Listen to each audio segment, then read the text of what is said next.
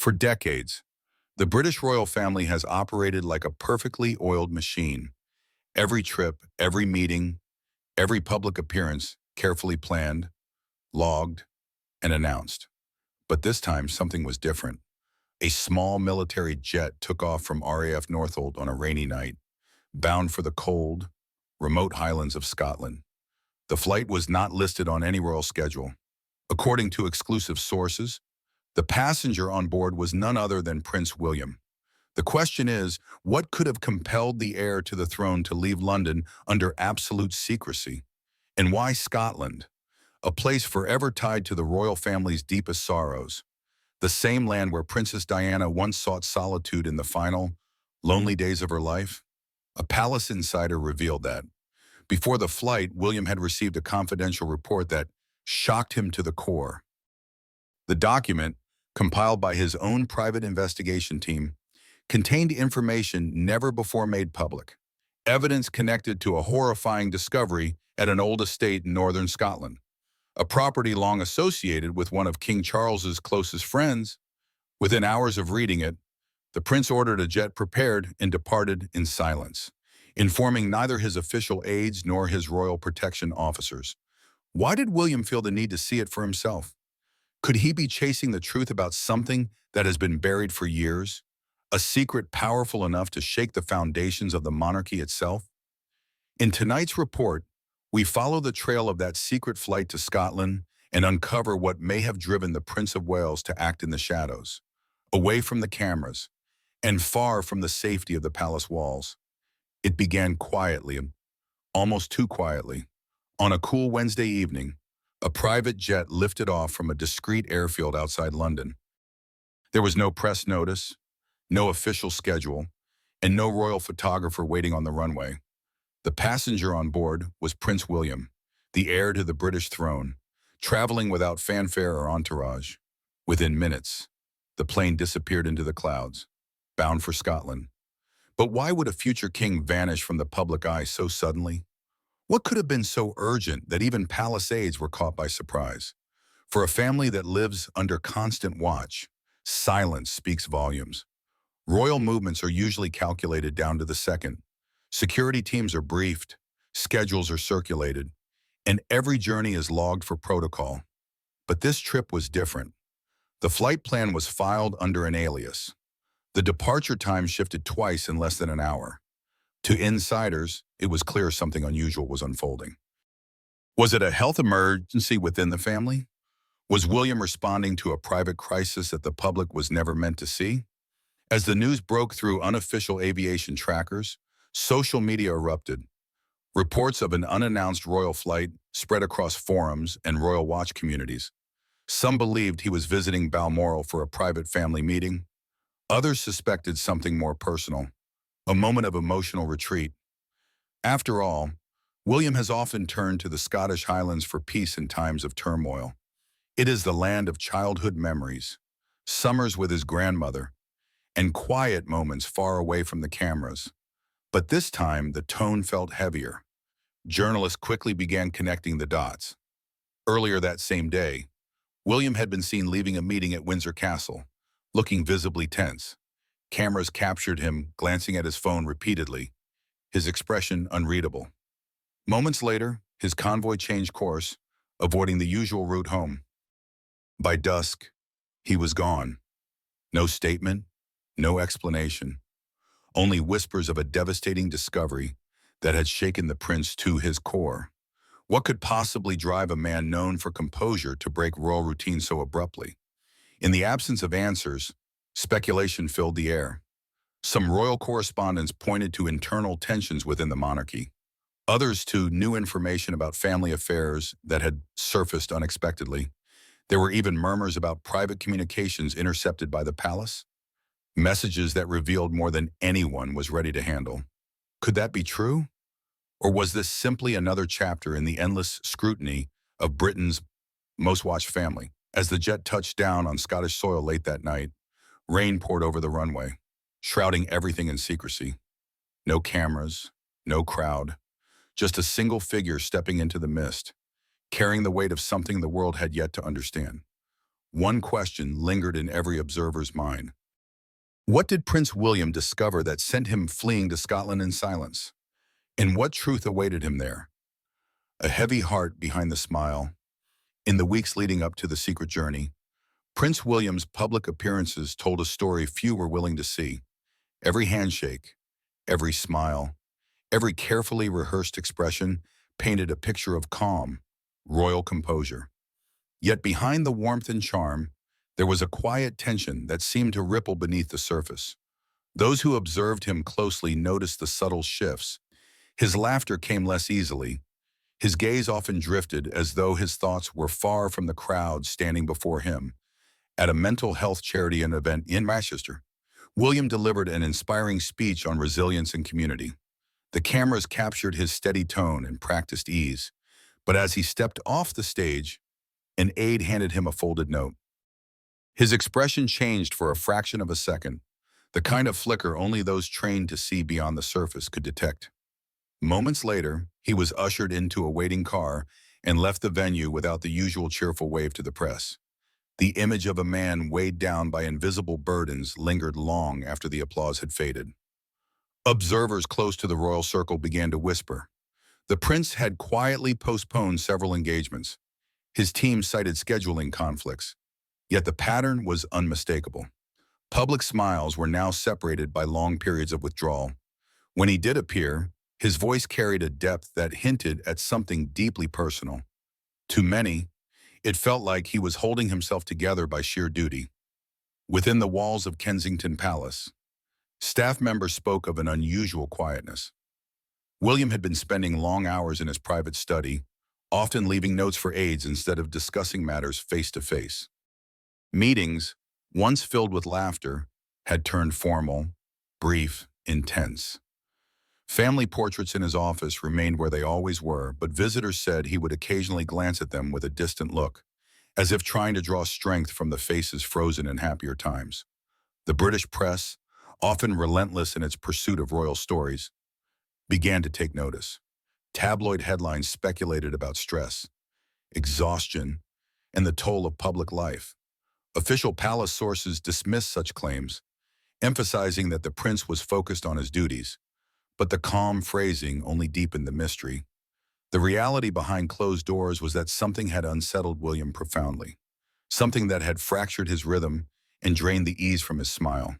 Friends who had known him for decades described a shift in his tone during conversations where once he spoke eagerly about his projects and family. His recent words carried caution. His sentences were shorter, his humor more restrained. In public, he still embodied the image of leadership. In private, however, he was quietly unraveling a situation that had left him deeply conflicted. The evening before his sudden flight, he was seen driving alone through Windsor grounds, headlights cutting through the misty air. There were no escorts, no flashing motorcycles, only a solitary vehicle gliding through the darkness. Witnesses described him as motionless behind the wheel, gripping the steering wheel with both hands, lost in thought. When he returned home later that night, staff members noted that he stayed awake long past midnight, pacing his study in silence. The next morning, he appeared before photographers at a small environmental event, smiling as always, his tie impeccably straight, his posture faultless. But beneath the tailored suit, his heart carried a heaviness that no camera could capture. Every gesture seemed measured, every word chosen with deliberate care, as though he was shielding himself from the weight of an unseen truth. The photographs from that day, later re-examined by the media, would become haunting symbols of a man balancing duty and distress. Behind the grandeur and precision of royal life, Prince William was facing a storm that words could not express. The charm that once came naturally now served as armor. His smile remained, but it no longer reached his eyes. Every public appearance became an act of quiet endurance. The future king was performing his role flawlessly. Yet each step, each handshake, each polite nod carried the silent echo of a heavy heart that was breaking beneath the weight of what he knew.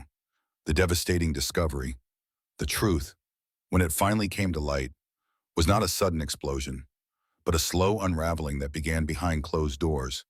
It was a whisper that grew louder with every passing hour. A confidential file, a private report, and a series of messages had reached Prince William's desk just days before his unexpected departure. The contents of those documents would shake even the strongest of hearts. They spoke of betrayal, loss, and a revelation that threatened to redefine everything he thought he understood about loyalty and family. Inside Kensington Palace, the atmosphere shifted. Trusted aides who had served the prince for years described the silence that followed as heavy and unsettling. The usual rhythm of the household stopped.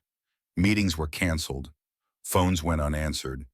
And those who worked closest to him noticed that William began spending hours locked in his private study.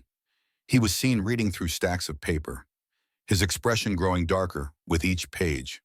When he finally emerged, his steps were slow, his face pale. Something within him had changed.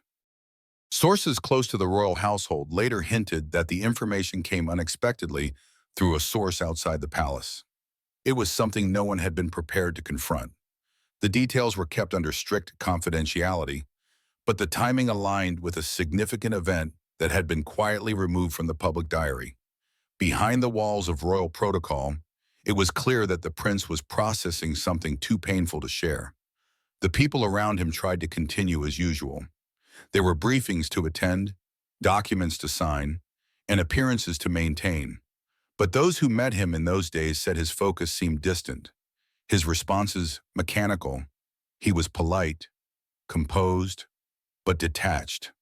Every so often, his gaze would drift toward the window, lingering on the horizon as though searching for something beyond his reach.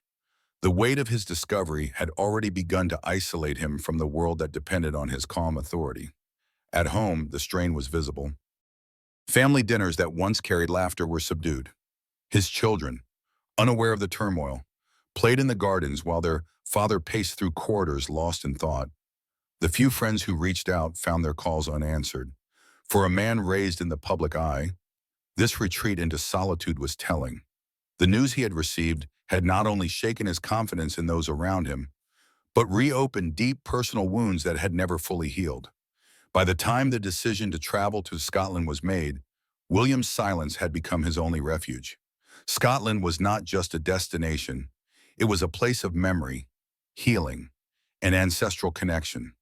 It was where his grandmother had found peace, and where his mother had once sought solace from the chaos of royal life.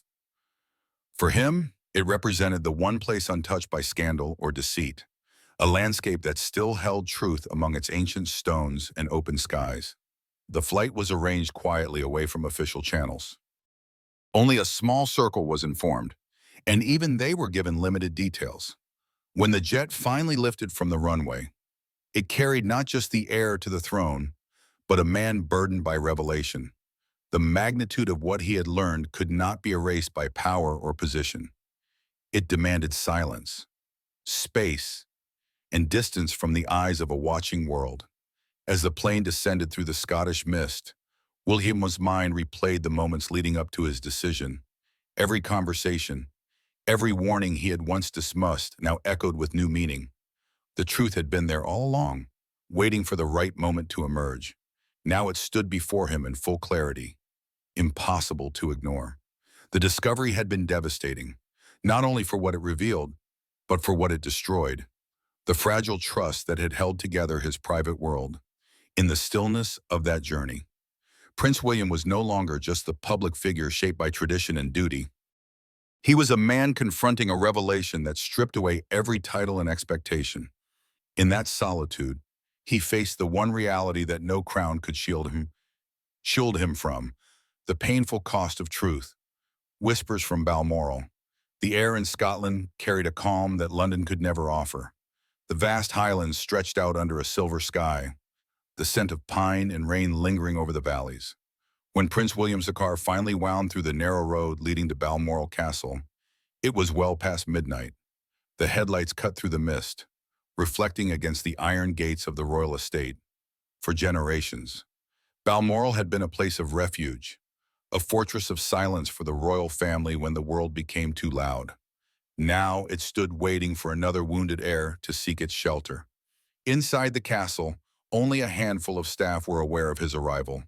Security was tightened, cameras were disabled, and public access to the surrounding grounds was quietly restricted. The visit was classified as personal, though everyone who worked within those stone walls understood that it was more than that. The prince had come not for leisure, but for clarity. The next morning, the stillness of Balmoral was interrupted only by the sound of footsteps on gravel and the distant hum of wind sweeping through the trees. William spent hours walking the same paths once favored by his grandmother. The solitude of the highlands allowed him to think without the constant shadow of duty. He had brought no press team, no assistants, only a single aide who understood the weight of silence. In a secluded wing of the castle, a meeting was quietly arranged. Trusted royal advisors arrived in unmarked vehicles, their presence noted only by a few local journalists who sensed that something unusual was unfolding. Behind closed doors, conversations stretched late into the afternoon. Documents were reviewed, statements debated, and difficult truths confronted. For William, each discussion deepened the magnitude of what he had discovered back in London. The evidence before him was irrefutable. It had the potential to shake not only his personal foundation, but also the institution he was born to lead. Witnesses later described his demeanor during those meetings as grave but composed. He listened more than he spoke, weighing every word with the patience of a man who understood that one wrong move could echo for generations. In moments of pause, he would step to the window, gazing out toward the hills that rolled endlessly into the horizon. Those close to him said it was as though he was seeking an answer from the landscape itself, a silent counsel from the same wilderness that had comforted his ancestors. In the evenings, he withdrew to the small family chapel on the estate. There, under the dim light of flickering candles, he sat in the pews long after prayers had ended. The staff who tended the chapel noticed he often arrived alone, his head bowed, his expression unreadable. Whatever burden he carried, he was laying it before something greater than himself. For the royal family, Balmoral had always symbolized tradition and retreat. For William, it now became the stage for an inner reckoning. The walls that once echoed with laughter during family holidays now bore witness to his quiet struggle. Every corridor reminded him of the lineage he represented, and every portrait seemed to watch in silent expectation. Outside, the Scottish rain began to fall again, soft and unending. It washed over the castle roofs, the gardens, and the stone paths where William walked in solitude. Somewhere between the whispering winds and the weight of memory, he made a silent decision, a resolution that would guide his next steps when he returned to London. The time for reflection was coming to an end. The truth he had faced at Balmoral demanded action, and though his heart was still heavy, his resolve had begun to take shape. The prince who had arrived broken in spirit was slowly finding the strength to stand again. Echoes of his mother's legacy. The quiet of Balmoral carried more than the sound of rain and wind. It carried memories. Every stone, every corridor, every field seemed to whisper the name of his mother, Princess Diana, for Prince William. This was not just a place of retreat. It was a sanctuary connected to the deepest parts of his past. Here, the echoes of his childhood mixed with the lessons of loss. And it was in those echoes that he began to find meaning in the pain that had driven him north. He walked the same trails she once loved, the same open fields where she had brought him and Harry as boys to escape the glare of royal life. Those days had been full of laughter and innocence, but they now felt like distant shadows. As he looked across the misty hills, he could almost hear her voice, gentle, protective, urging him to stay strong. In that moment, the son remembered the woman who had taught him that love could survive even in the coldest palace halls. William had spent much of his adult life balancing two worlds, the one shaped by duty and the one his mother had modeled, a life grounded in compassion, empathy, and truth. The discovery that had shattered his peace was testing that balance. It demanded both strength and wisdom, qualities Diana had tried to nurture in him from the start. As he wrestled with the information that had reached him, he found himself thinking of how she had faced betrayal, heartbreak, and isolation. yet never allowed bitterness to rule her spirit. Inside Balmoral's library, William spent long hours reading through personal notes and letters preserved from his grandmother's collection. Among the carefully kept documents was a handwritten letter from his mother, written in the late 90s. Its words were simple, yet piercing. She had written of her hope that her sons would stand for honesty when the world chooses silence. Those lines struck him deeply. They reminded him that legacy is not preserved by perfection, but by courage. The weight of that legacy pressed on him. Now, his mother's experiences had shown him what happens when truth is buried for the sake of appearances. The discovery he had made in recent days carried a similar warning. It was something that could not be ignored, something that threatened to repeat the very mistakes that had haunted his family for decades. He realized that to stay silent would be to betray the principles she had died defending. In the privacy of the castle's drawing room, William began to write. He filled pages with thoughts, reflections, and plans, lines that spoke of pain, but also of determination. It was as though the act of writing connected him to her spirit, reminding him that his journey was part of a larger story still unfolding. The ink became his confession, his prayer, and his promise. By nightfall, he returned once more to the small chapel. The air was cool, and the candles burned low. He sat in silence, his hands folded, his head bowed. Above him, the stained glass window glowed faintly in the flickering light, depicting a mother and child surrounded by angels. The symbolism was not lost on him. This was where he understood that grief, when faced with courage, could become guidance.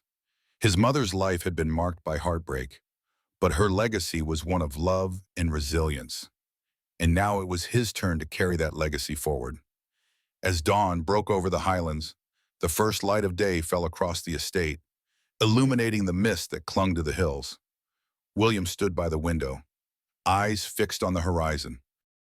The journey that had begun in secrecy was turning into something deeper, a confrontation, not just with discovery, but with destiny. His mother's spirit seemed to move with the wind outside, a silent reminder that truth, no matter how painful, must always be faced. In that still moment, Prince William was no longer running from what he had learned. He was standing within it, allowing the lessons of the past to prepare him for what lay ahead. The shadow of his mother's legacy had once brought sorrow, but now it offered strength. The boy who had once walked beside her in these same fields was now a man walking into the storm she had once warned him would come, and he was ready to meet it. A family divided. When Prince William returned to London, the stillness of Balmoral quickly faded. Inside the palace walls, whispers moved faster than footsteps. Every conversation seemed to stop when he entered a room. The discovery that had driven him to Scotland was no longer just a private burden. It had become the unspoken tension dividing those closest to him. Royal aides, advisors, and family members found themselves on uncertain ground. Some believed transparency was the only way to protect the monarchy's integrity. Others urged dictatorial silence, insisting that certain truths must remain locked behind palace doors. For centuries, discretion had been the monarchy's armor. But William no longer saw silence as strength. He had watched what secrecy had done to his mother, and he carried the memory of that pain as a warning. Meetings once filled with polite efficiency now pulsed with unease. Late-night discussions unfolded in guarded tones, words chosen with precision. The walls of Kensington Palace seemed to listen.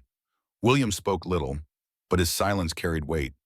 He was thinking not only as a son and heir, but as a man aware that his every decision could alter the institution's course. The rift within the family deepened. Communication between key members grew cold, marked by pauses and polite distance. The trust that once existed had fractured under the strain of hidden truths, even among those sworn to loyalty. Uncertainty spread like a quiet storm. William's sense of isolation returned sharper now that he was surrounded by formality rather than the peaceful silence of the Highlands. In the private rooms of Windsor, father and son met several times. The king, seasoned in royal endurance, counseled caution. He spoke of legacy, unity, and the importance of preserving the monarchy's dignity. William listened respectfully, his expression calm, but his mind remained fixed on conviction rather than comfort. For him, leadership meant confronting what others avoided, not burying what had already surfaced. Through it all, Catherine remained his constant presence. In their quiet moments, she became his sounding board and his calm. Together they faced the growing storm with quiet strength, aware that the world outside was already speculating. The House of Windsor stood under pressure once again, divided not by scandal alone, but by a painful truth and the courage it demanded. Scotland's silent witnesses. In the mist-covered Highlands, Scotland kept its secrets well. The small villages surrounding Balmoral had long grown used to the rhythms of royal visits, but this one carried a different tone. There were no photographers waiting at the gates, no cheerful greetings from the locals. The arrival of Prince William came and went without ceremony, wrapped in a quiet tension that seemed to settle over the land itself. Residents of Ballater and Crathie spoke later of subtle changes. Black vehicles moved through narrow roads at odd hours. Police patrols increased around the estate, and local deliveries were suddenly redirected. Everyone sensed that something important was unfolding behind those castle walls. Yet no one dared to ask questions. In this part of Scotland, silence was a form of loyalty.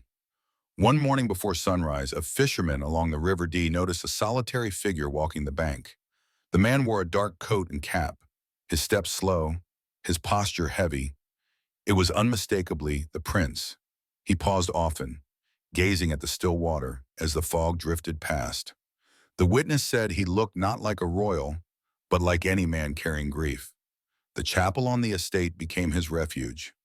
Its caretaker later recalled the faint sound of footsteps at night, followed by the creak of a door and the glow of candlelight.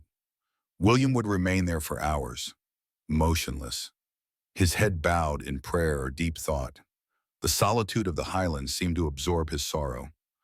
Locals respected the silence. They turned away when his convoy passed, offering space instead of curiosity.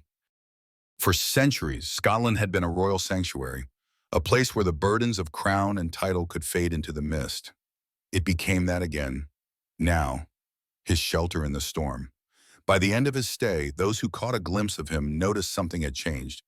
His face was pale, his eyes tired, but his steps were firmer. The land had listened. The silence had steadied him. Scotland, ancient and loyal, had borne witness to his pain, and in doing so had helped him find the strength to return to the world that waited beyond the hills. The return and the questions. When Prince William's jet touched down in London, the air felt heavier than when he had left. The quiet refuge of the Highlands was behind him, and ahead lay the relentless scrutiny of palace life. The moment his car rolled through the gates of Kensington Palace, the silence that had surrounded his trip was replaced by questions. Questions from aides, from advisors, and from a press corps already circling for answers. Inside the palace, the atmosphere was tense. Staff members who had kept to their duties in his absence now avoided direct eye contact. They had read the headlines, seen the speculation, and understood that something significant had taken place. William moved through the halls with quiet resolve, acknowledging greetings with a nod, but offering no explanations. The time for reflection was over. Decisions would soon have to be made, publicly. His first engagement after returning was a community event in London. Cameras clicked, reporters shouted, and yet his demeanor remained calm, measured, almost unreadable. He smiled for photographs, but the warmth that usually defined his presence seemed muted. Observers noted the weariness in his eyes, the kind that no amount of rest could erase. Palace sources released a short statement calling his trip a period of private reflection. It was brief, deliberately vague, and did little to calm the storm. The media seized on every word, analyzing tone and timing, while royal experts debated its deeper meaning.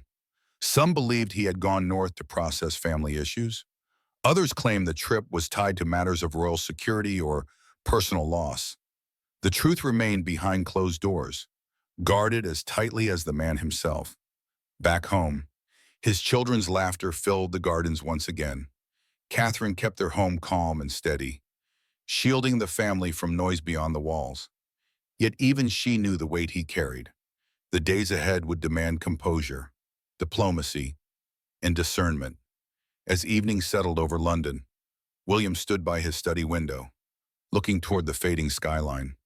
The questions outside grew louder, but inside he had already made peace with one certainty. The truth, whatever its hiding, would soon have to come to light. The air and the weight of truth. The days that followed his return unfolded slowly, marked by silence, reflection, and a quiet strength that seemed to grow with each sunrise. Prince William carried himself with renewed purpose. Yet there was a gravity in his every movement. He had confronted the truth in Scotland, and now he bore its weight with the calm endurance of a man who understood that leadership is often forged in private pain. Behind palace walls, discussions continued. Advisors debated statements, strategies, and the balance between transparency and protection. William listened, but the decision was already forming within him. He knew that the monarchy's survival did not depend on silence. It depended on trust, and trust once broken could only be rebuilt through honesty. The lessons of his mother's life and the echoes of Balmoral stillness had guided him toward a single conviction. Truth must never be hidden for convenience. In his private moments, he thought of the generations who had carried the crown before him, the triumphs, the sacrifices, and the secrets that had shaped their reigns. He realized that his path would be different. The world was changing, and the future of the monarchy would demand transparency rather than tradition alone. The discovery that had once shattered him now gave him clarity. It was no longer just a wound. It had become a turning point. One morning he met again with his father. The conversation was quiet but profound. Respect filled the room, though unspoken tension lingered between experience and conviction.